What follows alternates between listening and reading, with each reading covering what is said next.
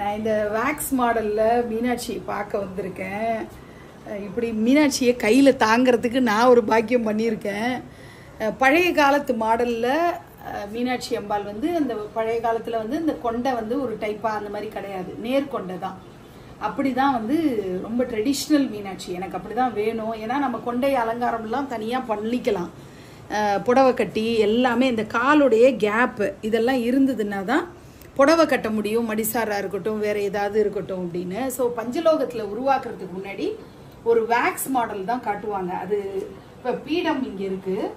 So அழகாக அந்த பீடம் மேலே அம்பாள் இப்படி நிற்கிற மாதிரி வந்துடும். ஸோ இது எல்லாமே பக்காவாக இப்போ மெட்டிலாம் வரும் இல்லையா, வேலைப்பாடு இருக்கு, இன்னும் பேலன்ஸ் இருக்கு இல்லையா. ஸோ இந்த பழைய காலத்து மாடல் மாதிரி தான் அந்த காது, ரெண்டு காதும். இப்போ இங்கே கிளி இல்லையேன்னு நமக்கு ஒரு யோசனை வரும். இங்கே பூ கிளி இதெல்லாம் வந்து தனியாக ரிமூவ் பண்ணுற மாதிரி எனக்கு வேணும் அப்படின்னு சொல்லிட்டு நான் நினச்சேன். ஏன்னா நம்ம வெவ்வேறு அதாவது செங்கோல் கொடுக்கறது அப்படின்னு நம்ம மாறி மாறி ஏதாவது ஒன்று பண்ணணும், சூலாயுதம் கொடுக்கறது செங்கோல் கொடுக்கறதுன்னு நம்மளுக்கு ஏதாவது தோணும். அது தோணும் போது மாற்றிக்கிறோங்கிறதுக்காக கிளியும் அந்த பூவையும் அப்பப்போ ரிமூவ் பண்ணி ஃபிக்ஸ் பண்ணிக்கலாம் அப்படின்ற மாதிரி நான் இதை கேட்டிருந்தேன். அப்புறம் வந்து அம்பாளோட கை நெருக்கமாக வளையல்கள் போட்டு 1000 வருஷத்துக்கு முன்னாடி எப்படி வந்து மீனாட்சிக்கு சோழர்களுடைய காலத்தில் அந்த சிற்ப வேலைப்பாடு எப்படி இருக்குமோ அந்த நுணுக்கத்தில் இந்த வேக்ஸ் மாடலில் பண்ணியிருக்காங்க. ரொம்ப அழகாக நமக்கு அம்பாளுடைய கால் வந்து முன்னோக்கி கொஞ்சம் முட்டி தூக்குன மாதிரி இருக்கும் மீனாட்சிக்கு. அதுதான் வந்து இந்த பழைய காலத்து சிற்பத்தை அப்படியே வடிச்சிருக்காங்க. எனக்கு வந்து பார்க்க ரொம்ப திருத்தமாகவும் ரொம்ப அழகாகவும் இருக்கு. இருந்தாலும் எனக்கு முதல்ல ஒரு பஞ்சலோகம் நம்ம வீட்டுக்கு வருதுங்கும் போது எனக்கு பதட்டத்தில் சரியா இருக்கான்னு நான் நிறைய குழப்பிக்கிறேன். அதுதான் எனக்கு. மற்றபடி இந்த கையில இருக்கிற ஆபரணங்கள் இது நாகாபரணம் மாதிரியா, இது என்ன மாதிரி? இது பூரி பத்திரம் அப்படின்னா என்னது? அப்படின்னா அது கிரீடத்துக்கும் அந்த டிசைனுக்காக உள்ளது. அந்த காலத்துல வந்து கையில அலங்காரத்துக்காக இந்த இங்க வர்ற டிசைன். ஆமா, இது கிரீடத்துலயும் வரும் கையிலயும் வரும். அலங்காரத்துக்கு அலங்காரம் பண்றது, கழுத்துல போடுற அந்த. ஆமா, கழுத்துல வந்து சரப்பளி எல்லா டிசைனும் வரும் உங்களுக்கு. சூப்பர். அதுல வந்து மகரகுண்டலம் இந்த லைன் மாதிரி வருது, அது என்னது? ஆமா, அது பூணூல் டைப் உங்களுக்கு. பூணூல் உண்டு அந்த காலத்துல, பெண்களுக்கும் பூணூல் உண்டு அந்த வடிவம். பூணூல் அப்படின்னா அது வந்து இந்த பக்கம் கிராஸா இங்கேயும் வருதே, பரவாயில்லையா? அதுலயும் வரலாம் உங்களுக்கு. ரெண்டு பக்கமும் செஞ்சிருக்காங்க.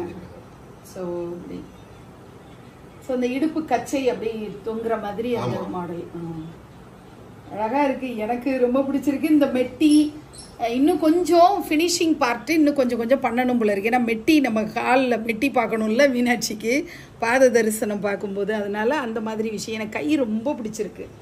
ரெண்டு கையும் ரொம்ப அழகா இருக்கு. மூக்கு ரொம்ப ஷார்ப்பா வந்திருக்கிறது எனக்கு ரொம்ப பிடிச்சிருக்கு. நான் பார்த்து ரசிக்கிறேன். ரொம்ப நேர்த்தியா இருக்கு. அந்த காலத்துல அந்த தோடு வந்து அந்த ஹோல் வந்து பெருசா இருக்கிற மாதிரி அப்படிதான் பண்ணுவாங்க இல்லையா சிற்பத்துல. அதுக்கு ஏதாவது ஒரு ஸ்பெசிபிக் முறை இருக்கா? அந்த காலத்துல முறையே உங்களுக்கு அப்படிதான் வரும். ஒண்ணு ஓலக்காத போட்டு அதுல பண்ணி லூஸ் ஆயிடும் உங்களுக்கு அந்த இடம். அதனால தோடு போடும்போது அந்த கேப் வந்து இறங்கி வரும்.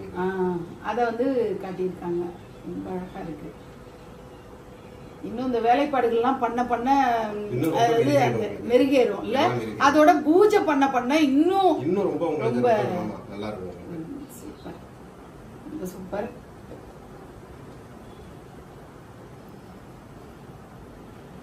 ரசிச்சு பார்க்கணுங்க எனக்கு மீனாட்சிய. என்னடா நேரம் வளர்த்துறாங்களேன்னு நினைச்சுக்காதீங்க.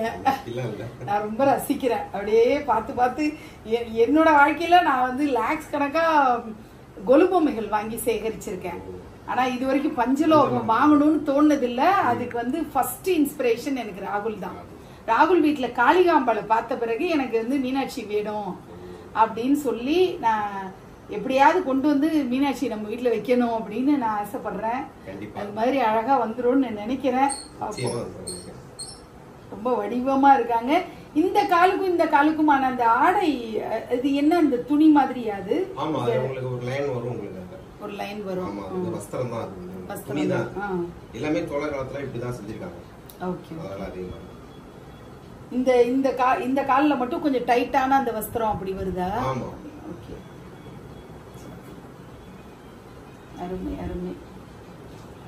சூப்பர்.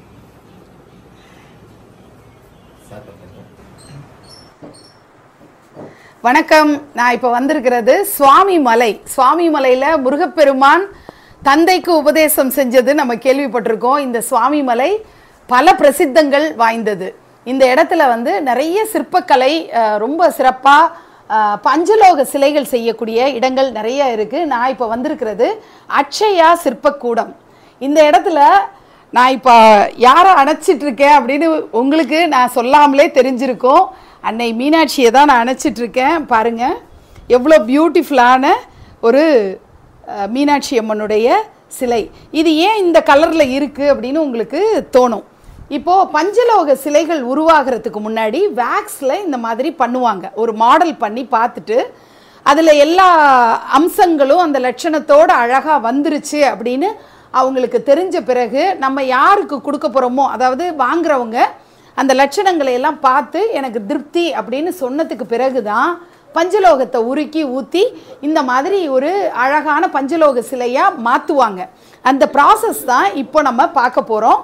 இந்த மீனாட்சி சிலை நிர்விக்னலக்ஷ்மி இல்லத்துக்காக தயாராகிட்டுருக்கு. இன்றைக்கி அழகாக நான் இந்த சிலை வந்து ஒரு 1.25 அடிக்கு வரப்போகுது. இங்கே பார்த்தீங்கன்னா அம்பாள் வந்து எனக்கு பழைய காலத்து ஸ்டைலில், அதாவது சோழர்கள் காலத்தில் எப்படி வந்து அந்த உடம்பு லட்சணம் இருக்குமோ அந்த மாதிரி வேணும்னு கேட்டிருந்தேன்.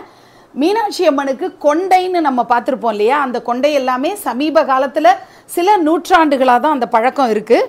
முன்னாடியெல்லாம் அந்த உயரமான கிரீடம் மாதிரியான கொண்டை அமைப்பு தான்.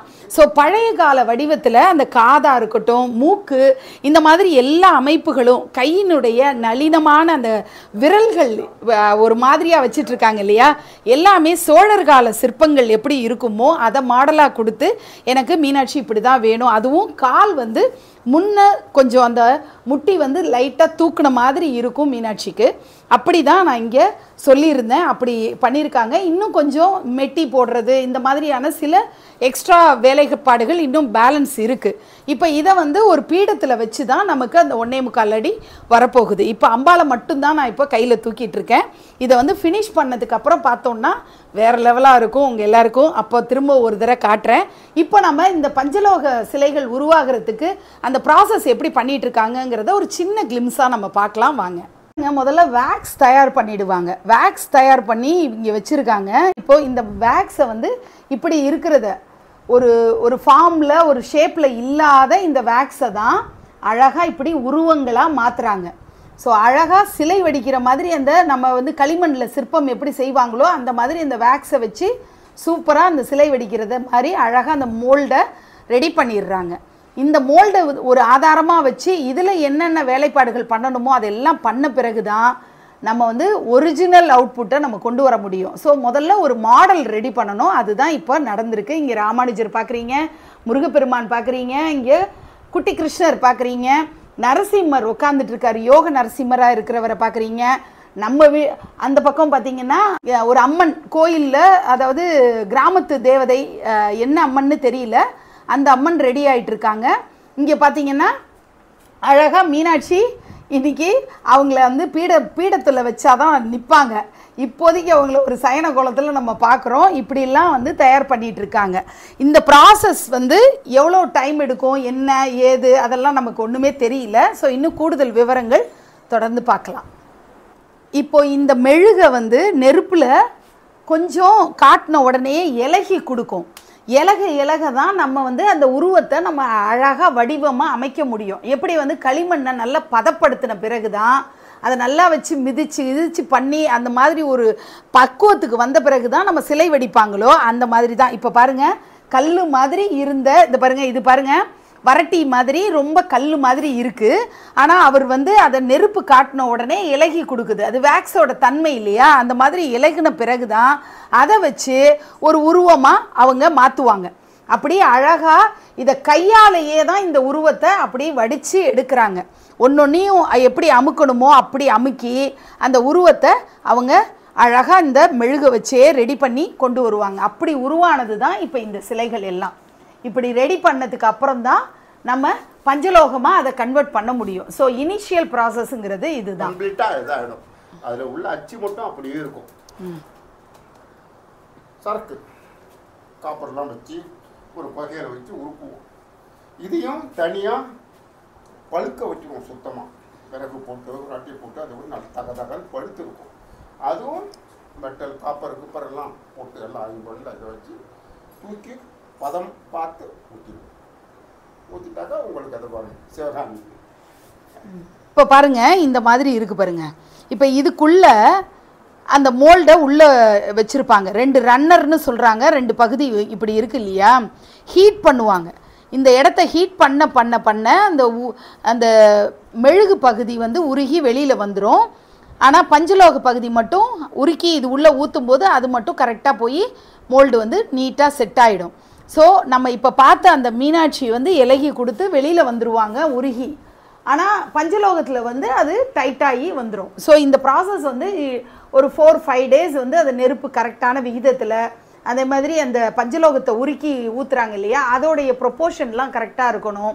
அதோடைய அந்த இலகி இருக்கக்கூடிய அந்த தன்மை, எவ்வளோ நாள் கூலிங் பீரியடு கொடுத்தா அதை எடுக்கும்போது அழகாக அந்த மாதிரி ரொம்ப பக்காவாக வருங்கிறதெல்லாம் அவங்களுக்கு தெரிஞ்சிருக்கும். ரொம்ப காலம் முன்னாடி இருந்த ஒரு எவ்வளவோ காலம் முன்னாடி நம்மளுக்கு இந்த கலை வந்திருக்கு. ஆனால் இப்போவும் இவங்கெல்லாம் வாழ வச்சிட்ருக்காங்கங்கிறது ரொம்பவே ஒரு நம்மெல்லாம் நன்றி தெரிவிக்க வேண்டிய ஒரு விஷயமா இருக்குது. ஏன்னா கோயிலில் பஞ்சலோக சிலைகள் தான் பயன்படுத்துகிறாங்க. உற்சவ மூர்த்தியாக நம்ம பஞ்சலோக சிலைகள் தான் பார்க்குறோம். ஸோ எப்போவோ கண்டுபிடிக்கப்பட்ட இந்த கலை இன்னமும் வாழ்ந்துட்டுருக்கு அப்படின்னா இந்த அற்புதமான கலையை வழி வழியாக தன்னுடைய குழந்தைகளுக்கு அவங்களுடைய பேரப்பிள்ளைங்களுக்கெல்லாம் சொல்லி கொடுத்து பரம்பரையாக கொண்டு வர்றாங்க. இந்த நுட்பமான கலை வாழணும் அப்படின்னா இவங்கெல்லாம் வந்து நல்லா இருக்கணும். இவ்வளவு சிலைகள் வடிக்கிறாங்க. என்னுடைய மனமார்ந்த பிரார்த்தனையை நான் முன்வைக்கிறேன். நிச்சயமாக வந்து கோயில்களுக்கு எத்தனையோ ஆயிரக்கணக்காக நூற்றுக்கணக்காக அவங்களுடைய பரம்பரையில் எத்தனையோ கோயிலில் அவங்க செஞ்சு கொடுத்த சிலைன்னு வச்சுருப்பாங்க. அதெல்லாம் பார்க்கும்போது அவங்களுடைய சந்ததி அந்த கோயிலுக்கு போகும்போது என்னுடைய கொள்ளு தாத்தா செஞ்ச சிலை அப்படின்லாம் சந்தோஷப்படுவாங்க. அந்த மாதிரி தான் இப்போ இந்த ப்ராசஸ், பெரிய ப்ராசஸ், இவ்வளவு நேர்த்தியாக நுட்பமாக செய்ய தான் அது ரொம்ப அழகான வேலைப்பாடு அப்படின்னு நம்ம பார்த்து ரசிக்கிறோம். அதுக்கு பின்னாடி இவ்வளவு உழைப்பும் இவ்வளவு திறமையும் அவசியப்படுது. இது வந்து நம்ம எடுத்தோம் கவுத்தோன்னு செய்கிற வேலை கிடையாது. ரொம்ப அழகாக ஒரு சின்ன தவறு நடந்துருச்சுன்னா கூட அதை ரெக்டிஃபை பண்ணுறதுக்கு பெரிய ப்ராசஸ் நடக்கணும்.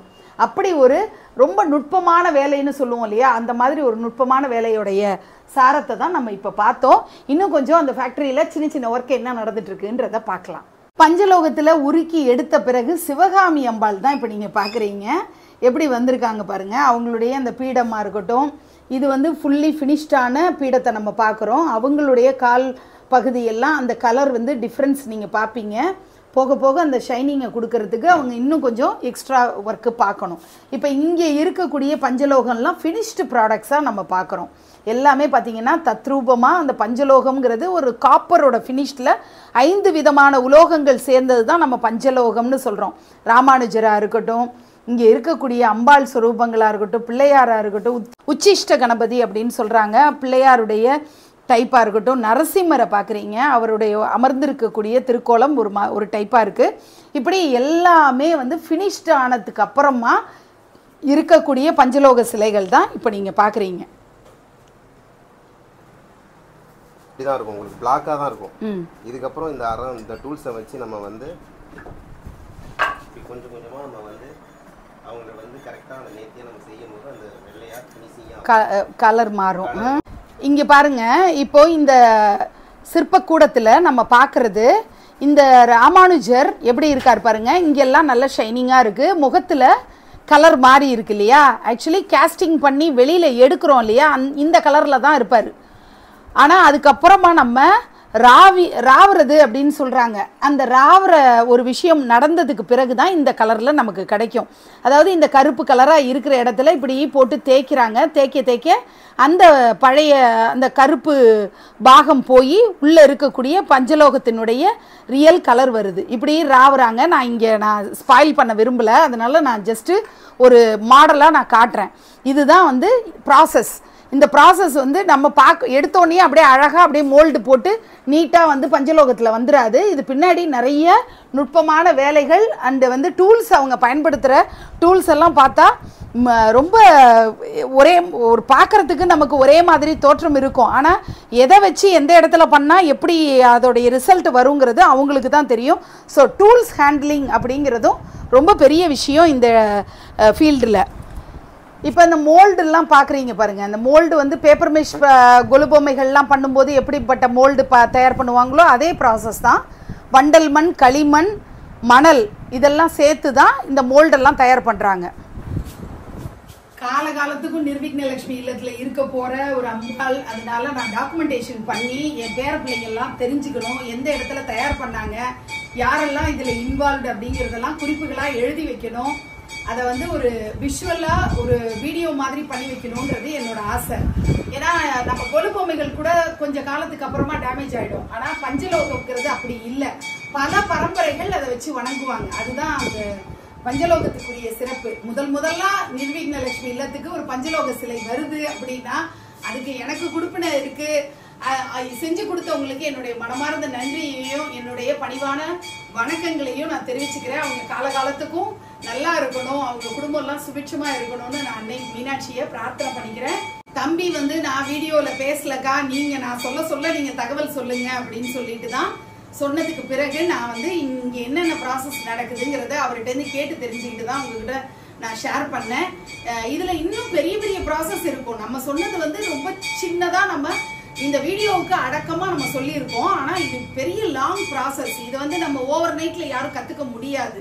இதுக்கு வந்து ரத்தத்திலேயே ஊறி போயிருக்கணும். அந்த ஜெனட்டிக்கலா வந்திருக்கக்கூடிய அந்த சிற்பக்கலையினுடைய நுணுக்கங்கள்லாம் தெரிஞ்சு குடும்பத்துல இத பார்த்து பார்த்து பார்த்து பார்த்து வளர்ந்து வந்திருப்பாங்க. அதனுடைய ஒரு அடிப்படையில தான் இவங்க இவ்வளோ காலமா பல பரம்பரைகளா பண்ணிட்டு இருக்காங்க. மாரியப்பன் ஐயாவும் மணி தம்பியும் ரொம்ப அழகா இந்த மீனாட்சியை வடிவமைச்சிருக்காங்க. எனக்கு ரொம்ப சந்தோஷமா இருக்கு. ஆனா ஐயாட்ட நான் வந்து கேட்டுக்கிட்டே இருக்கேன், கரெக்டா பண்ணிருக்கீங்களான்னு அவங்கள்ட்டயே கேட்கிறேன். ஏன்னா எனக்கு வந்து மீனாட்சிங்கிறது என்னோட உசுறு.